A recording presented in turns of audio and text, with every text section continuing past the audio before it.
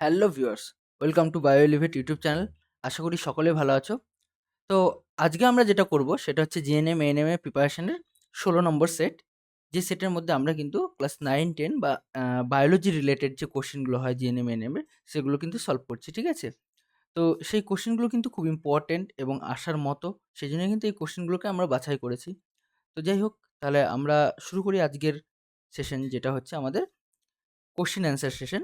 সেখানে কিন্তু আমরা টোটাল বায়োলজি কোশ্চেন করাবো, ঠিক আছে? চলো তাহলে আমরা শুরু করি।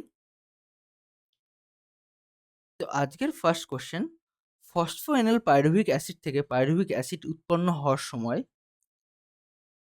কি তৈরি হয়? বলছে ফসফোএনল বা 2-ফসফোএনল পাইরুভিক অ্যাসিড থেকে পাইরুভিক অ্যাসিড উৎপন্ন হওয়ার সময় কি তৈরি হয়? ফার্স্ট যদি চলে আসি, এটিপি উৎপন্ন হয়, এনএডিএইচ উৎপন্ন হয়, এডিপি উৎপন্ন হয়, অ্যান্ড আমাদের লাস্ট বলেছে H2O উৎপন্ন হয়। 4টা অপশন দেওয়া আছে, 4টা অপশনের মধ্যে একটা সঠিক উত্তর হবে। ট্রাই করো কোনটা সঠিক উত্তর হবে। এটিপি উৎপন্ন হয়, এনএডিএইচ উৎপন্ন হয়, এডিপি উৎপন্ন হয়, অ্যান্ড লাস্ট H2O উৎপন্ন হয়। তাহলে যদি আমরা সঠিক উত্তর দেখি, 2-ফসফোএনল পাইরুভিক অ্যাসিড থেকে যদি আমরা দেখি, তাহলে আমাদের গ্লাইকোলাইসিস চক্র পড়েছিলাম, তাই না? তাহলে গ্লাইকোলাইসিস চক্রতে আমরা দেখেছিলাম কি, C6H12O6 গ্লুকোজ থেকে কি তৈরি হয়? পাইরুভিক অ্যাসিড তৈরি হয়। গ্লুকোজ থেকে কি তৈরি হয়? পাইরুভিক অ্যাসিড তৈরি হয়। পাইরুভিক অ্যাসিড তৈরি হয়। এবং লাস্ট পর্যায়ে দেখেছিলাম এই পাইরুভিক অ্যাসিড থেকে কি তৈরি হচ্ছে? এটিপি তৈরি হয়, তাই না? এটা আমরা দেখেছিলাম। এই পুরো স্টেপটাকে কি বলা হচ্ছিল? এই পুরো স্টেপটাকে বলা হচ্ছিল রেসপিরেশন। কি বলা হচ্ছিল? রেসপিরেশন। রেসপিরেশন। এবার এই রেসপিরেশন দুটো স্টেপে সম্পূর্ণ হচ্ছিল। এই গ্লুকোজ থেকে পাইরুভিক অ্যাসিড তৈরি করার সময় এইটুকুকে বলা হচ্ছিল গ্লাইকোলাইসিস। আর এই পাইরুভিক অ্যাসিড থেকে এটিপি তৈরি হওয়াকে বলা হচ্ছিল ক্রেবস চক্র। কি বলা হচ্ছিল? ক্রেবস চক্র। Krebs cycle. এই গ্লাইকোলাইসিস হয় কোথায়? সাইটোপ্লাজমে। সাইটোপ্লাজমে অ্যান্ড ক্রেবস চক্র হয় মাইটোকন্ড্রিয়াতে। তাহলে এখানে কি বলছে? 2-ফসফোএনল পাইরুভিক অ্যাসিড থেকে পাইরুভিক অ্যাসিড উৎপন্ন হওয়া। তাহলে এই যে পাইরুভিক অ্যাসিড উৎপন্ন হচ্ছে, এই যে পাইরুভিক অ্যাসিড উৎপন্ন হচ্ছে, এই পাইরুভিক উৎপন্ন হওয়ার আগের যে স্টেপটা সেটা হচ্ছে 2-ফসফোএনল পাইরুভিক অ্যাসিড। এই 2-ফসফোএনল পাইরুভিক থেকে পাইরুভিক অ্যাসিড উৎপন্ন হওয়ার সময় আমাদের কি তৈরি হয়? আমাদের কিন্তু এটিপি তৈরি হয়। তাহলে আমাদের সঠিক উত্তর হয়ে যাচ্ছে এ নম্বরটা। কি তৈরি হচ্ছে? এটিপি তৈরি হচ্ছে। ক্লিয়ার? তার পরের কোশ্চেনে চলে যাই। ইটভাটায় কর্মরত কর্মীদের কোন রোগ হওয়ার সম্ভাবনা বেশি? ইটভাটায় কর্মরত কর্মীদের কোন রোগ হওয়ার সম্ভাবনা বেশি? ট্রাই করো। 1 নম্বর হচ্ছে সিলিকোসিস, অ্যানথ্রাকোসিস, তারপরে হচ্ছে অ্যাসবেস্টোসিস অ্যান্ড হাঁপানি। তাহলে বলছে ইটভাটায় কর্মরত কর্মীদের কোন রোগ হওয়ার সম্ভাবনা বেশি? তাহলে তোমরা ট্রাই করো। তাহলে ইটভাটায় যারা কাজ করে ডাস্ট পার্টিকেল কিন্তু তাদের শরীরের ভেতরে প্রবেশ করে শ্বাসকার্য চালানোর সময়, তাই তো? তাহলে এর ফলে যে রোগটা হয় যদি আমরা দেখি, এর ফলে রোগটা হয় হচ্ছে আমাদের সিলিকোসিস। কি রোগ হয়? সিলিকোসিস। তাহলে সঠিক উত্তর হয়ে যাবে এ নম্বরটা। হাঁপানি কিসের জন্য হয়? হাঁপানি কিন্তু বায়ু দূষণের জন্য হয়। ঠিক আছে? অ্যাসবেস্টোসিস কিসের জন্য হয়? যে সমস্ত শ্রমিকরা অ্যাসবেস্টস কারখানায় কাজ করে তাদেরকে কিন্তু অ্যাসবেস্টোসিস রোগ হয়। ক্লিয়ার? তারপরের কোশ্চেন চলে যায়। ল্যাকটিক অ্যাসিডের সংকেত কি? এটা কিন্তু খুব ইজি একটা কোশ্চেন, ঠিক আছে? ল্যাকটিক অ্যাসিড, আমরা কিন্তু ল্যাকটিক অ্যাসিড প্রচুর নামটা শুনেছি, কিন্তু তার সংকেতটা আমরা সঠিকভাবে জানি না অনেক ক্ষেত্রে, ঠিক আছে? তাহলে ল্যাকটিক অ্যাসিডের সংকেত কি যদি আমরা সিম্পলভাবে দেখি, তাহলে এটা কিন্তু একদম মুখস্থ। তাহলে আমাদের সি নম্বরটা হয়ে যাবে ল্যাকটিক অ্যাসিডের সংকেত। তাহলে সঠিক উত্তর হয়ে যাবে সি নম্বরটা। কি আছে? CH3, CHOH, আর লাস্টে বেলা কার্বক্সিল গ্রুপ থাকে COOH। এটা হচ্ছে আমাদের ল্যাকটিক অ্যাসিডের সংকেত। ক্লিয়ার? তারপরের কোশ্চেনে চলে যায়। শ্বসন শ্বসনের প্রথম পর্যায়ে অর্থাৎ গ্লাইকোলাইসিস প্রক্রিয়া ঘটে। তাহলে গ্লাইকোলাইসিস একটু আগেই বললাম, ফার্স্ট কোশ্চেনটা সলভ করতে বললাম গ্লাইকোলাইসিস প্রক্রিয়াটা কোথায় ঘটে। তাহলে তোমরা ট্রাই করো। গ্লাইকোলাইসিস প্রক্রিয়া ঘটে সাইটোপ্লাজমে, মাইটোকন্ড্রিয়ায়, ক্লোরোপ্লাস্টে অ্যান্ড নিউক্লিয়াসে। তাহলে গ্লাইকোলাইসিস কোথায় হয়? সাইটোপ্লাজমে, মাইটোকন্ড্রিয়ায়, ক্লোরোপ্লাস্টে, নিউক্লিয়াসে। তাহলে সিম্পলভাবে জানি আমরা, সাইটোপ্লাজমে হয় কি গ্লাইকোলাইসিস লাইসিস, আর মাইটোকন্ড্রিয়াতে হচ্ছে ক্রেব সাইকেল। ক্লোরোপ্লাস্টে হয় হচ্ছে ফটোসিনথেসিস ফটোসিনথেসিস তাই তো? এগুলো হয়। আর নিউক্লিয়াসকে কোষের কি বলা হচ্ছে? নিউক্লিয়াসকে কোষের মস্তিষ্ক বলা হচ্ছে। নিউক্লিয়াসকে কোষের মস্তিষ্ক বলা হচ্ছে। তারপরের কোশ্চেন বলছে এখানে, নিচের ভুল বক্তব্যটি চিহ্নিত করো। নিচের ভুল বক্তব্যটি চিহ্নিত করো। তাহলে কোনটা ভুল সেটা আমাদের কিন্তু চিহ্নিত করতে হবে। কি বলছে? গ্লুকোজ কোষের মুখ্য শ্বসন বস্তু। এটা কি ঠিক না ভুল? বলছে গ্লুকোজ কোষের মুখ্য শ্বসন বস্তু। তাহলে এটা ঠিক না ভুল? তারপরে বলেছে একজন প্রাপ্তবয়স্ক মানুষ মিনিটে 14 থেকে 18 বার শ্বাসকার্য সম্পূর্ণ করে। অ্যান্ড লাস্ট, এক অণু এটিপি থেকে 7.3 কিলো ক্যালোরি শক্তি নির্গত হয়। অ্যান্ড তারপরে বলছে পাইরুভিক অ্যাসিডের রাসায়নিক সংকেত আমাদের CH3 CH OH COOH। তাহলে আমাদের সঠিক উত্তর কি? একটু আগেই কিন্তু দেখো গ্লুকোজের মুখ্য উপাদান, সঠিক উত্তর এটাও। তারপরে একজন প্রাপ্তবয়স্ক মিনিটে কতবার শ্বাসকার্য করে? 14 থেকে 18 বার, এটাও একদম ঠিক। এবং একটা এটিপি থেকে 7.3 কিলো ক্যালোরি শক্তি তৈরি হয়, এটাও কিন্তু আমাদের একদমই ঠিক। কিন্তু যে পাইরুভিক অ্যাসিডের সংকেত দিয়েছে, এটা কিন্তু পাইরুভিক অ্যাসিডের সংকেত নয়। আমরা উপরে কোশ্চেনটা সলভ করলাম, এটা কিন্তু একটা ল্যাকটিক অ্যাসিডের সংকেত। দেখো এখানে এইটা কিন্তু একটা ল্যাকটিক অ্যাসিডের সংকেত। এটা কি? ল্যাকটিক অ্যাসিডের সংকেত। ল্যাকটিক অ্যাসিডের সংকেত। তাহলে আমাদের কি বলছে? ভুলটা চিহ্নিত করতে বলছে, তাই তো? আমাদের ভুলটা চিহ্নিত করতে বলছে। তাহলে এই ডি নম্বরটাই ভুল। কারণ এটা ল্যাকটিক অ্যাসিডের সংকেত, কিন্তু এখানে দিয়েছে পাইরুভিক অ্যাসিডের সংকেত। তাহলে আমাদের সঠিক উত্তর হয়ে যাচ্ছে ডি নম্বরটা। তার পরের কোশ্চেনে চলে যায় আমাদের। অবাত শোষণ সম্পর্কিত নিচে কোন বক্তব্যটি সঠিক নয়? এখানেও সেম জিনিস বলেছে, কোন বক্তব্য সঠিক নয়। তার মানে ভুলটা, মানে যেটা ভুল আছে, যেটা সঠিক নয় সেটাই কিন্তু চিহ্নিত করতে বলেছে। তাহলে দেখি আমাদের কি বলছে। মুক্ত অক্সিজেনের উপস্থিতিতে ঘটে। অবাত শোষণ কি হচ্ছে? মুক্ত অক্সিজেনের উপস্থিতিতে ঘটে, এইটা একটা বলেছে। সেকেন্ড বলেছে শ্বসন বস্তু আংশিক জারিত হয়। অবাত শোষণে শ্বসন বস্তু আংশিক জারিত হয়। তারপরে বলছে কোষের সাইটোপ্লাজম এবং মাইটোকন্ড্রিয়া উভয় স্থানে ঘটে স্বল্প পরিমাণে এটিপি তৈরি হয়। কোনটা ঠিক? তাহলে দেখো, অবাত শোষণ সম্পর্কিত কোন? অবাত শোষণে মুক্ত অক্সিজেনের অনুপস্থিতি ঘটে। এক্স্যাক্টলি। শ্বসন ২ ভাগে ভাগ করা হয়। একটা হচ্ছে সবাত শোষণ হতে গেলে পরে অক্সিজেনের কিন্তু দরকার হবে। বাট অবাত শোষণ উইথআউট অক্সিজেন হবে। মানে অক্সিজেনের দরকার ছাড়াও হতে পারে। মানে অক্সিজেনের দরকার নেই। তার মানে সবাত শোষণে কিন্তু আমাদের অক্সিজেন লাগছে। কিন্তু এখানে চেয়েছে হচ্ছে অবাত শোষণ। তাহলে অবাত শোষণে মুক্ত অক্সিজেনের অনুপস্থিতিতে ঘটে। এটা একদম সঠিক। তারপরে বলছে শ্বসন বস্তু আংশিক জারিত হয়। হ্যাঁ, সবাত শোষণে সবাত শোষণে টোটাল ৬৮৬ ক্যালোরি শক্তি উৎপন্ন হয়। আর অবাত শোষণে মাত্র ৫০ কিলো ক্যালোরি শক্তি উৎপন্ন হচ্ছে। তার মানে অবাত শোষণে আংশিক জারিত হচ্ছে, সম্পূর্ণ জারিত হচ্ছে না। সেইজন্যে কম শক্তি উৎপন্ন হচ্ছে। ক্লিয়ার? আচ্ছা। তারপরে কি বলছে? তাহলে এটাও আমাদের সঠিক। কোষের সাইটোপ্লাজম এবং মাইটোকন্ড্রিয়া উভয় স্থানে অবাত শোষণ ঘটে না। কারণ এইখানেই প্রবলেমটা হচ্ছে। আচ্ছা, এটিপি ব্যাপারটা বলি। এখানে অল্প পরিমাণে এটিপি তৈরি হয়। টোটাল সবাত শোষণে টোটাল 38 মলিকিউল বা 38 টা অণু এটিপি তৈরি হয়। তাহলে কতগুলো? এটিপি তৈরি হচ্ছে 38 টা। এটিপি 38 টা। আর এখানে মাত্র 2 অণু এটিপি তৈরি হচ্ছে। তাহলে এটিপি কম উৎপন্ন হচ্ছে। তাহলে এটাও সঠিক। লাস্ট চলে আসি, কোষের সাইটোপ্লাজম এবং মাইটোকন্ড্রিয়ার উভয় স্থানে অবাত শোষণ ঘটে। তাহলে এটা কি সঠিক? দেখো, তাহলে আমরা দেখলাম শ্বসন প্রক্রিয়াতে দুটো স্টেপে ভাগ করা আছে। একটা হচ্ছে C6H12O6 গ্লুকোজ থেকে পাইরুভিক অ্যাসিড তৈরি করা, তাই তো? সেকেন্ড স্টেপ হচ্ছে দুটো ভাগে। কারণ এই গ্লুকোজ থেকে পাইরুভিক অ্যাসিড তৈরি করা অবধি কোনো অক্সিজেনের দরকার পড়ে না। কিন্তু তারপরে এই পাইরুভিক অ্যাসিড থেকে যখন এটিপি তৈরি করতে যাবে, তখন কিন্তু আমাদের টোটালটা দরকার পড়বে। তখন যদি আমরা পাইরুভিক অ্যাসিড থেকে এটিপি তৈরি করতে যাই, যদি সেটা অক্সিজেনের উপস্থিতিতে হয় তাহলে সেটা সবাত। আর যদি অক্সিজেনের অনুপস্থিতিতে হয় তাহলে সেটা হচ্ছে অবাত। এটাকে কি বলা হচ্ছে? অবাত। ঠিক আছে? আর এটা হচ্ছে সবাত।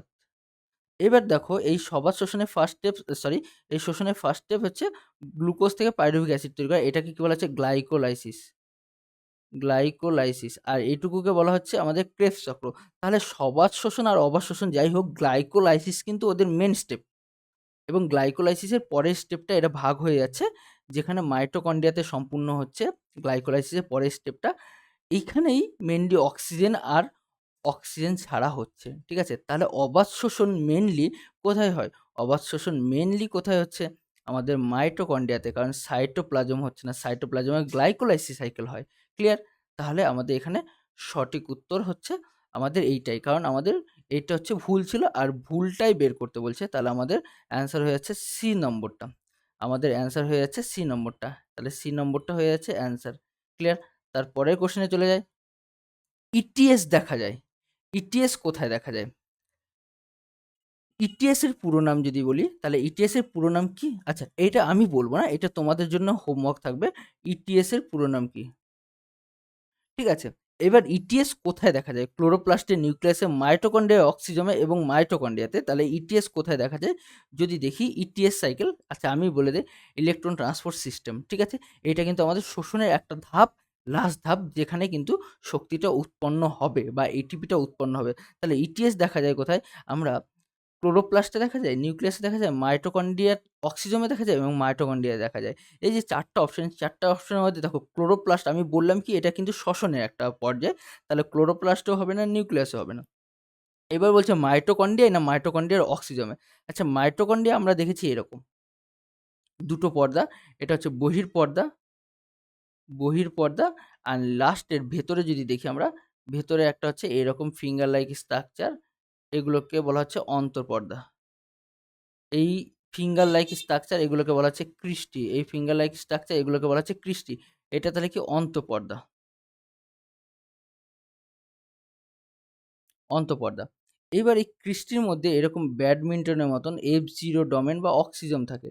এই অক্সিজোমের মধ্যেই কিন্তু আমাদের ইটিএস সাইকেলটা কমপ্লিট হয়। তাহলে সঠিক উত্তর মাইটোকন্ড্রিয়া না, অক্সিজোম, মাইটোকন্ড্রিয়ার অক্সিজোম। তাহলে অ্যান্সার হয়ে যাচ্ছে সি নম্বরটা। তারপরে চলে আসি, তারপরে রেসপিরেটরি ট্রিপ শ্বাসবৃক্ষ কার শ্বসন অঙ্গ? রেসপিরেটরি ট্রিপ শ্বাসবৃক্ষ কার শ্বসন অঙ্গ? যদি আমরা দেখি, তাহলে ব্যাঙ্গাচি, সরীসৃপ, সামুদ্রিক শসা এবং শামুক কার শোষণ অঙ্গ? তাহলে যদি আমরা দেখি এখানে সঠিক উত্তর আমাদের কি হয়ে যাবে? ব্যাঙ্গাচি, সরীসৃপ, সামুদ্রিক শসা এবং শামুক। তাহলে কি হবে? অ্যাকচুয়ালি রেসপিরেটরি ট্রিপ শ্বাস অঙ্গ যদি বা শ্বাসবৃক্ষ যদি বলি, তাহলে আমাদের এটা কিন্তু সামুদ্রিক শসার হয়ে যাবে। তাহলে সঠিক উত্তর হয়ে যাচ্ছে আমাদের সি নম্বরটা। সঠিক উত্তর হয়ে যাচ্ছে সি নম্বরটা। ক্লিয়ার? তারপরের কোশ্চেনে চলে যাই। বলছে শোষণে মোট কত অণু এটিপি তৈরি হচ্ছে? তাহলে এক্স্যাক্টলি শোষণ আমরা দুটো ভাগে দেখেছিলাম। একটা হচ্ছে সবাত শোষণ, একটা হচ্ছে অবাত শোষণ। তাহলে শোষণে, এখানে শোষণ বললে পরে আমরা মেনলি বুঝবো অক্সিজেনের উপস্থিতিতে যে শোষণ হয় সেটাকে সবাত শোষণ বলা হয়। সবাত শোষণে মোট কত অণু এটিপি তৈরি হচ্ছিল? তাহলে মোট কিন্তু এখানে আমরা একটু আগে বললাম টোটাল ৩৮ অণু এটিপি তৈরি হয়েছিল। বাদ বাকি এগুলো কিন্তু একটাও ঠিক না। তাহলে আমাদের সঠিক উত্তর হয়ে যাচ্ছে ডি নম্বরটা। এইটা হয়ে যাচ্ছে অ্যান্সার। তারপরের কোশ্চেনে চলে যাই। অবাত ও সবাত শোষণের সাধারণ পর্যায়টি কি? একদম সিম্পল। আমরা কিন্তু এর আগে যে কোশ্চেনটা সলভ করলাম, যে একটা সাধারণ পর্যায় বললাম, সে সবাত শোষণই হোক, অবাত শোষণই হোক, সেই সাধারণ পর্যায়টা কি ছিল? গ্লাইকোলাইসিস। যেখান থেকে গ্লুকোজকে ভেঙে কি তৈরি করা হচ্ছিল? পাইরুভিক অ্যাসিড তৈরি করা হচ্ছিল। এইটাকেই কিন্তু সাধারণ পর্যায় বলা হয়। তারপরে গ্লাইকোলাইসিসের পরে এটিপি তৈরি হবে। সেখানে অক্সিজেনের উপস্থিতিতে এটিপি তৈরি হবে না অক্সিজেনের অ্যাবসেন্সে এটিপি তৈরি হবে? এইটার উপর ভাগ করে আমরা সবাত অবাত করেছিলাম। তাহলে সবাত আর অবাত শোষণের যেটা প্রাথমিক পর্যায় বা সাধারণ পর্যায়, সেটাকে কিন্তু বলা হচ্ছে সাইট্রিক অ্যাসিডও চক্র বলা হয় না, ক্রেবস চক্র বলা হয় না, বলা হয় গ্লাইকোলাইসিস, ফটোলাইসিসও কিন্তু বলা হয় না। তাহলে আমাদের সঠিক উত্তর হয়ে যাবে সি নম্বরটা। আমাদের সঠিক উত্তর হয়ে যাচ্ছে সি নম্বরটা। ক্লিয়ার এই অবধি? তারপরের কোশ্চেন আমরা যদি দেখি, তারপরের কোশ্চেন হচ্ছে গ্লাইকোলাইসিস এ এটিপি ব্যয়িত হয়। তাহলে গ্লাইকোলাইসিস করার সময় কত অণু এটিপি খরচা হচ্ছে? তাহলে গ্লাইকোলাইসিস করার সময় যদি আমরা দেখি, সিম্পলভাবে দেখব। গ্লাইকোলাইসিস করার সময়, গ্লাইকোলাইসিস মানে কি? গ্লুকোজ থেকে C6H12O6, গ্লুকোজ থেকে কি তৈরি হচ্ছে? Pyruvic acid. পাইরুভিক অ্যাসিড, এই যে গ্লুকোজ থেকে পাইরুভিক অ্যাসিড তৈরি হচ্ছে, এর মধ্যে কিন্তু আমরা দেখব দুটো স্টেপে দুটো অণু এটিপি ব্যবহার হচ্ছে। কীরকমভাবে দুটো অণু? এটিপি এই চক্রের মধ্যে ঢুকছে, এটিপি এই চক্রের মধ্যে ঢুকছে, আর কি হয়ে বের হয়ে যাচ্ছে? এডিপি হয়ে বের হয়ে যাচ্ছে। তাহলে এরকম দুটো জায়গায় এটিপি ব্যবহার হচ্ছে, সেই জন্য এখানে 2 মলিকিউল এটিপি ইউজ হচ্ছে। তাহলে সঠিক উত্তর হয়ে যাচ্ছে আমাদের বি নম্বরটা। ঠিক আছে? তারপরের কোশ্চেনে যদি চলে যাই, তারপরের কোশ্চেন, অবাত শোষণে 1 অণু গ্লুকোজ থেকে কত শক্তি উৎপন্ন হয়? অবাত শোষণে 1 অণু গ্লুকোজ থেকে কত শক্তি উৎপন্ন হয়? তাহলে সিম্পল ব্যাপার, 1 অণু গ্লুকোজ থেকে অবাত শোষণে কত অণু শক্তি তৈরি হচ্ছে? 35, 25, 60, 50। তাহলে সিম্পল ব্যাপার যে আমরা অবাত শোষণে কত অণু এটিপি তৈরি হয়েছিল, অ্যাকচুয়ালি এখানে এটিপি না, সরি, শক্তি তৈরি হয়েছিল। তাহলে সবাত শোষণে যদি দেখি আমরা, সবাত শোষণে, সবাতে আর অবাত, সবাতে টোটাল শক্তি তৈরি হয়েছিল 686 ক্যালোরি, 686 কিলো ক্যালোরি। বাট অবাতে কিন্তু 50 কিলো ক্যালোরি শক্তি উৎপন্ন হয়। আর সবাতে টোটাল 38 মলিকুল এটিপি তৈরি হয়, এটিপি তৈরি হয়। আর অবাতে কেবলমাত্র 2 মলিকুল এটিপি তৈরি হয়। ঠিক আছে? তাহলে এখানে অবাত শোষণে 1 অণু গ্লুকোজ থেকে কত অণু শক্তি উৎপন্ন হচ্ছে? আমাদের 50 কিলো ক্যালোরি শক্তি উৎপন্ন হচ্ছে। তাহলে আমাদের সঠিক উত্তর ডি নম্বরটা, আমাদের সঠিক উত্তর ডি নম্বরটা। তারপরের কোশ্চেনে চলে যাই। নিচে সঠিক নয় বক্তব্যটি চিহ্নিত করো। তাহলে কোনটা সঠিক নয় সেটা আমাদের চিহ্নিত করতে বলছে। ঠিক আছে? ট্রাই করো। মানুষের ডান ফুসফুস বাম ফুসফুস অপেক্ষা কিছুটা বড়।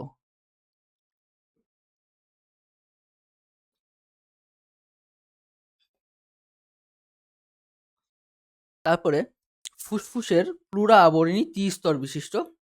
ফুসফুসের মোট প্রায় 30.5 কোটি ক্ষুদ্র ক্ষুদ্র বায়ুথলি থাকে এবং অন্তঃপ্লুরা অঞ্চলে অবস্থিত বায়ুর শোষণের সময় বক্ষ ও ফুসফুসের ঘর্ষণ নিরাময় করে।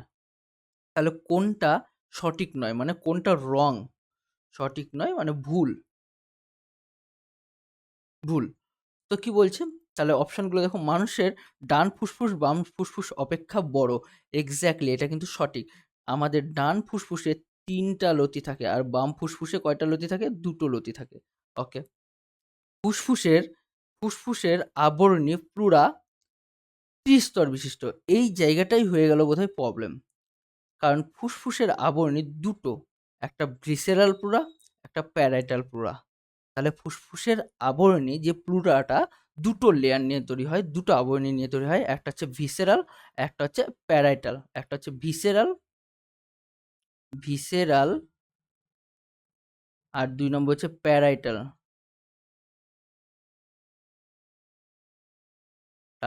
তাহলে এইটা আমাদের ভুল বেড়ে গেল। বাদ বাকি ফুসফুসে মোট 30.5 কোটি ক্ষুদ্র ক্ষুদ্র বায়ুথলি থাকে, যেটাকে আমরা অ্যালভিওলাই বলি, অ্যালভিওলি বলি। আর ফুসফুস অন্তঃপ্লুরা অঞ্চলে, মানে দুটো প্লুরার মাঝখানে যে জায়গাটা থাকে, সেখানে প্লুরাল লিকুইড থাকে, যেটা ফুসফুসের সাথে ঘর্ষণ যাতে না হয় সেটা কাজ করে। তাহলে আমাদের যেহেতু বি নম্বরটা ভুল বেরোচ্ছে, এখানে ভুলই বের করতে বলছে, তাহলে আমাদের সঠিক উত্তর হয়ে যাবে বি নম্বরটা। তারপরে কোশ্চেনে চলে যায়। নিচে সঠিক বক্তব্যটি চিহ্নিত করো। সঠিক বক্তব্যটি চিহ্নিত করো মানে কোনটা ঠিক? এখানে ভুল অ্যান্সার দেওয়া আছে, কোনটা ঠিক হবে তাদের মধ্যে বের করতে হবে। ডান ফুসফুস 2টি লতিযুক্ত, তাহলে ডান ফুসফুস আমরা বললাম 3টা লতিযুক্ত, তাহলে এটা অবভিয়াসলি ভুল যাচ্ছে। তবে শিঙ্গি মাছের অতিরিক্ত শ্বাসযন্ত্রকে শ্বাসবৃক্ষ বলা হয়। শিঙ্গি মাছের দেহে যে অতিরিক্ত শ্বাসযন্ত্র আসে সেটাকে শ্বাসবৃক্ষ বলা হয়। তাহলে এইটাও কিন্তু আমাদের ভুল, কারণ অতিরিক্ত শ্বাসযন্ত্রই থাকে, শ্বাসবৃক্ষ কোথাও দেওয়া নেই। তারপরে চলে আসি, প্রান্তীয় শোষণ একাধিক ইলেকট্রন বাহকের উপস্থিতিতে সংঘটিত হয়। অ্যান্ড লাস্ট বলেছে অ্যামিবা প্যারামেসিয়ামের শ্বাসবৃক্ষর মাধ্যমে, অ্যামিবা প্যারামেসিয়াম দেহতলের মাধ্যমে শ্বাসকার্য চালায়। তাহলে এইটা ভুল। তার মানে সঠিক উত্তর আমাদের কিন্তু এই সি নম্বরটা সঠিক উত্তর, বাহকের মাধ্যমে সংগঠিত হয়।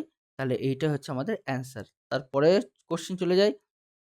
শিশুরা সম্পূর্ণরূপে সাদা বর্ণের মাতৃদুগ্ধ গ্রহণ করার ফলেও তাদের মল হলুদ বর্ণের হয়, তাহলে শিশুরা টোটালি মাতৃদুগ্ধ পান করে, তাই তো? আর সেটা সাদা কালার হয়। কিন্তু তাদের মল কেন হলুদ কালারের হয়? তাহলে যদি দেখি, তাহলে এই মল হলুদ কালারের হওয়ার কারণ হচ্ছে সেখানে পিত্তরঞ্জক উপস্থিত থাকে। আর পিত্তরঞ্জকের জন্যই কিন্তু এই শিশুদের মল হলুদ বর্ণের হয়। তাহলে সঠিক উত্তর হচ্ছে আমাদের ডি নম্বরটা। ঠিক আছে? অগ্ন্যাশয় রস, আন্ত্রিক রস, কেসিন এরা কিন্তু খাদ্যকে হজম করতে সাহায্য করে। ঠিক আছে?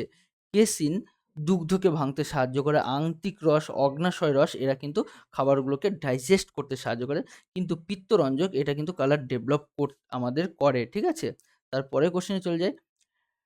ক্রিপ্টস অফ লাইভারকুন কোথায় থাকে এবং কি ক্ষরণ করে? ক্রিপ্টোস অফ লাইভারকুন কোথায় থাকে এবং কি ক্ষরণ করে যদি আমরা দেখি, তাহলে আমাদের কি উত্তর হচ্ছে পাকস্থলীতে থাকে এবং লুঘো, আচ্ছা এটা লোগো না লুঘু,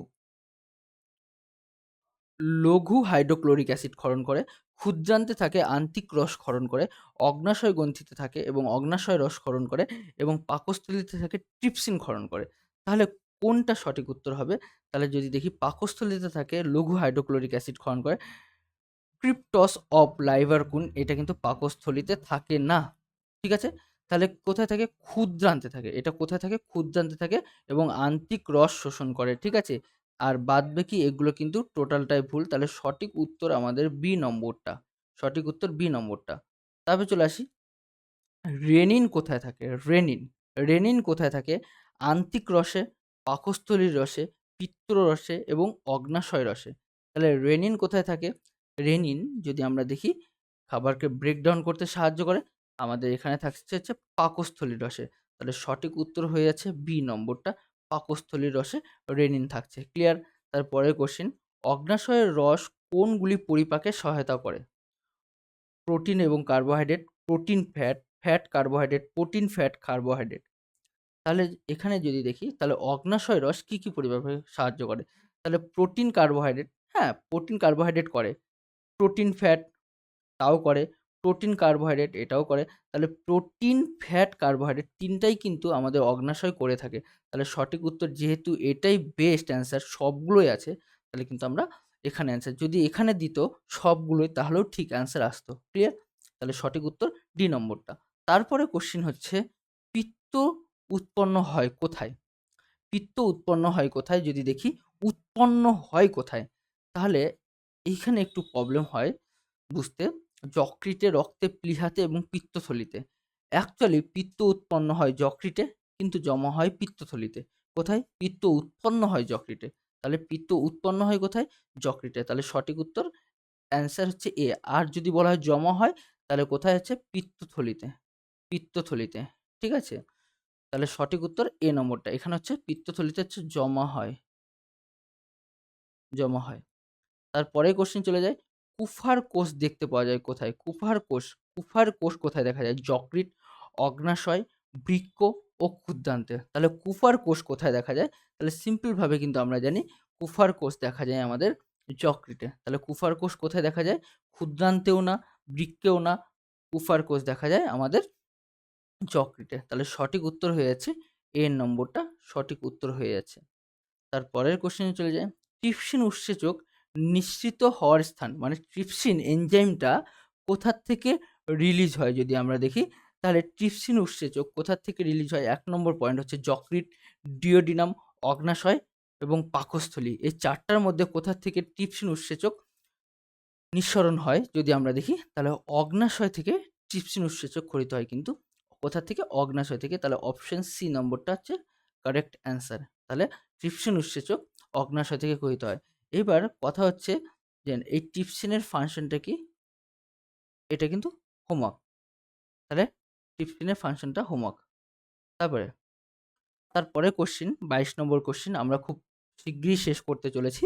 ২২ নম্বর কোশ্চেন, টোটাল আজকে ৩০ টা কোশ্চেন সলভ করাবো। প্রত্যেকদিনই ৩০ টা কোশ্চেন সলভ করাচ্ছি। আর এই কোশ্চেন অ্যান্সার যে সিরিজটা, সেটা কিন্তু আমাদের যতদিন না এক্সাম না হচ্ছে, ঠিক আছে?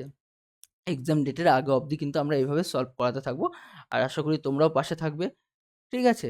আর এগুলো কিন্তু খুব ইম্পোর্টেন্ট কোশ্চেন। ঠিক আছে? আর যে চ্যাপ্টারটা আজকে করাচ্ছি, মানে আজকে যে প্যাটার্নটা করাচ্ছি, বা আজকে যে কোশ্চেনগুলো সিলেক্ট করেছি, ঠিক আছে? এইখান থেকে ম্যাক্সিমাম কোশ্চেন থাকবে এই রিলেটেড, ঠিক আছে? এই রিলেটেডই ম্যাক্সিমাম কোশ্চেন থাকবে, আর এগুলোকেই তোমাকে কনফিউজ করে দিবে এই কোশ্চেনগুলোই। সেজন্য তোমরা ভালো করে একটু প্র্যাকটিস করে নেবে। তারপরের কোশ্চেন আমরা যদি চলে যাই 22 নম্বর, খাবার পাকস্থলী থেকে আর গলবিলে যাতে ফিরে না আসে, পাকস্থলী থেকে যাতে ব্যাক না আসে খাবারটা, তার জন্য মাঝখানে কোন পেশি থাকে? তাহলে যদি দেখি, দেখো আমাদের বলছে খাবার পাকস্থলী থেকে আবার গলবিলে যদি যাতে ফিরে না আসে, সেই জন্যই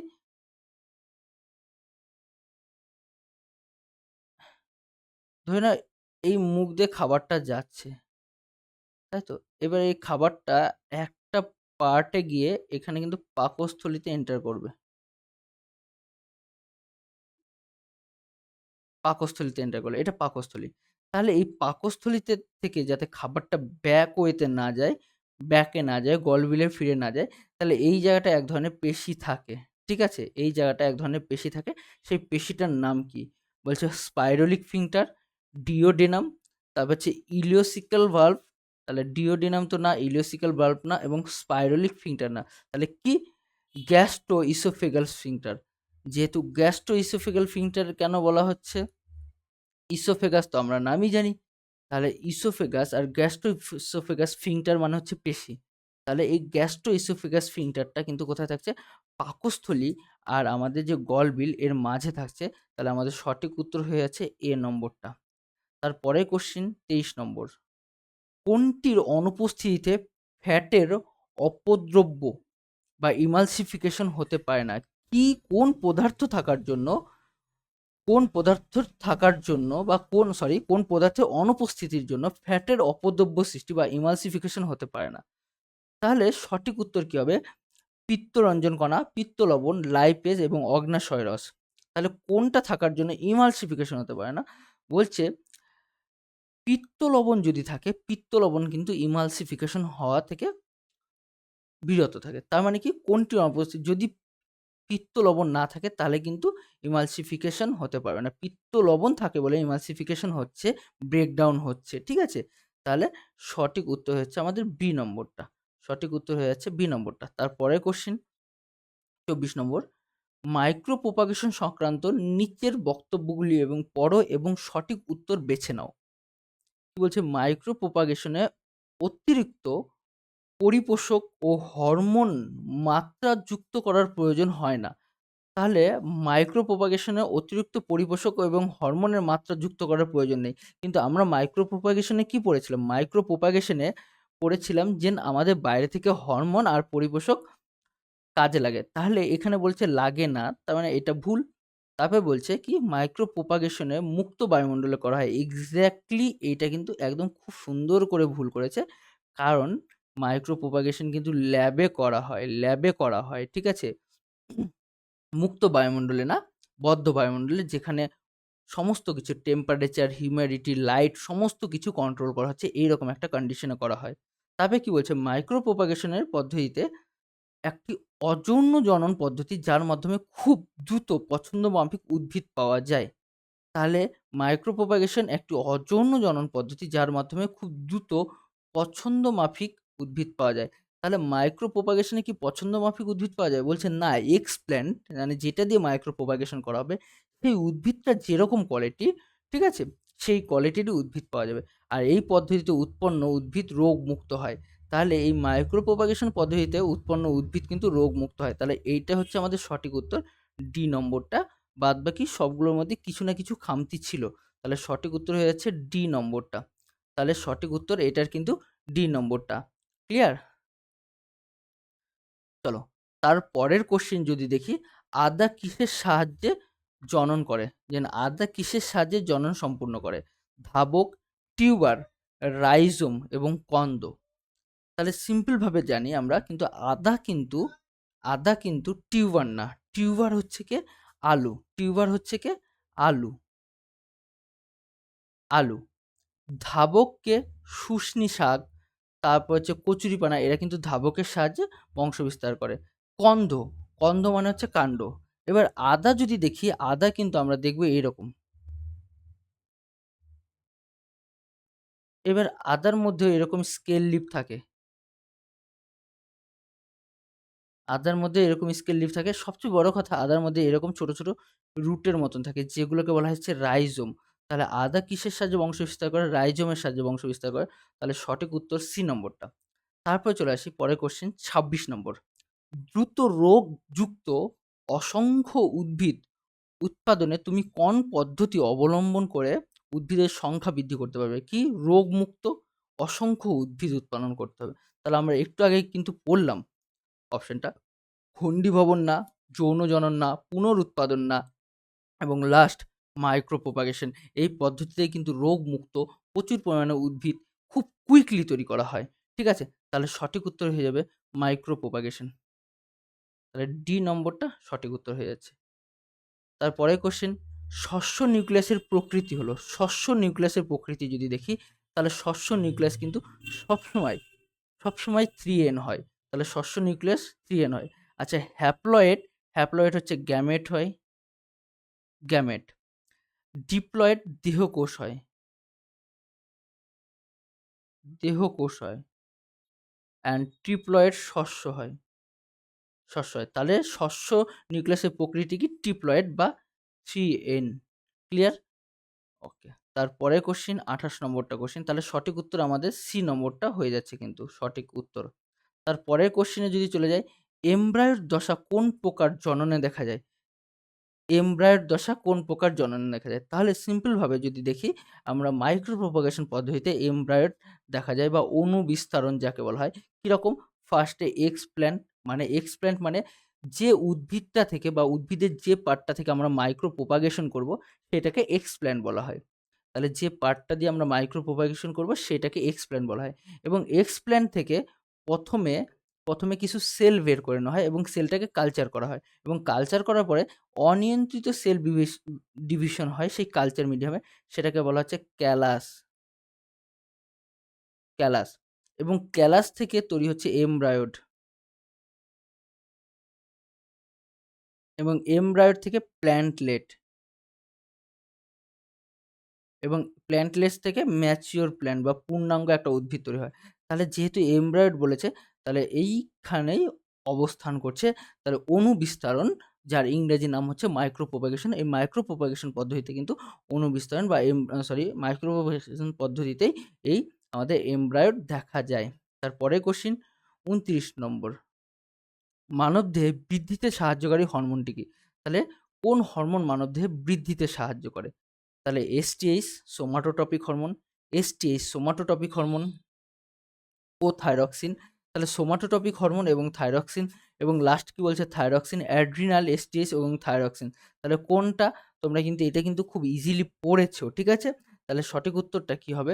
যে বৃদ্ধিতে সাহায্য করে। আমরা কিন্তু জানি সোমাটোটপিক হরমোন কিন্তু বৃদ্ধিতে সাহায্য করে, ঠিক আছে? কিন্তু ব্যাপারটা হচ্ছে যে যদি সোমাটোটপিক হরমোন দিই তাহলেও আমাদের কোনো ভুল নেই। কিন্তু এখানে বলেছে সোমাটোটপিক হরমোন অ্যাড্রিনালিন এবং থাইরক্সিন। তাহলে আমরা এখান থেকে অ্যাড্রিনালিন কিন্তু কখনোই বৃদ্ধিতে সাহায্য করে না। কিন্তু থাইরক্সিন আমি দেখেছি আমাদের দেহে বিএমআর কন্ট্রোল করে। থাইরক্সিন বিএমআর কন্ট্রোল করে। কিন্তু এই বিএমআরও কিন্তু অনেকটা আমাদের বৃদ্ধিতে কন্ট্রোল করতে সাহায্য করে। তাহলে আমরা বেস্ট অ্যান্সার এই বি নম্বরটা নেওয়ার চেষ্টা করব। থাইরক্সিন এবং এসটিএইচ, ঠিক আছে? এটা কিন্তু আমাদের বৃদ্ধিতে সাহায্য করে।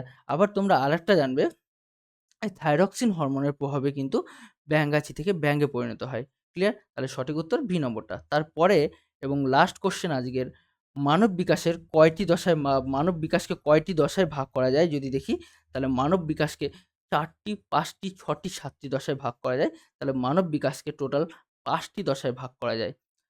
কি, কি? সদ্যোজাত, শৈশব, কৈশোর, প্রাপ্তবয়স্ক এবং বার্ধক্য। সদ্যোজাত, সদ্যোজাত, শৈশব, কৈশোর, প্রাপ্তবয়স্ক এবং বৃদ্ধ। ঠিক আছে? এই ৫টা দশায় ভাগ করা যায়। তাহলে টোটাল কয়টি দশায় ভাগ করা যাচ্ছে? ৫টি দশায়। তাহলে অপশন হচ্ছে বি নম্বরটা আমাদের কারেক্ট অ্যান্সার। ক্লিয়ার? আচ্ছা, তাহলে আজকে ৩০টা কোশ্চেন সলভ হয়ে গেল, এবং আমরা নেক্সট দিন কিন্তু সেমভাবে আবার ৩০টা কোশ্চেন সলভ করব। ঠিক আছে? তো সবাইকে ভিডিওটা দেখার জন্য অনেক, অনেক ধন্যবাদ। আশা করি ভিডিওটা তোমাদের সবারই ভালো লেগেছে। যদি ভিডিওটা ভালো লেগে থাকে অবশ্যই লাইক করবে, এবং যারা এই চ্যানেলে নতুন তারা চ্যানেলটাকে একটু সাবস্ক্রাইব করে দিবে, যাতে করে আমাদের চ্যানেলটা একটু প্রমোট হয়, ঠিক আছে?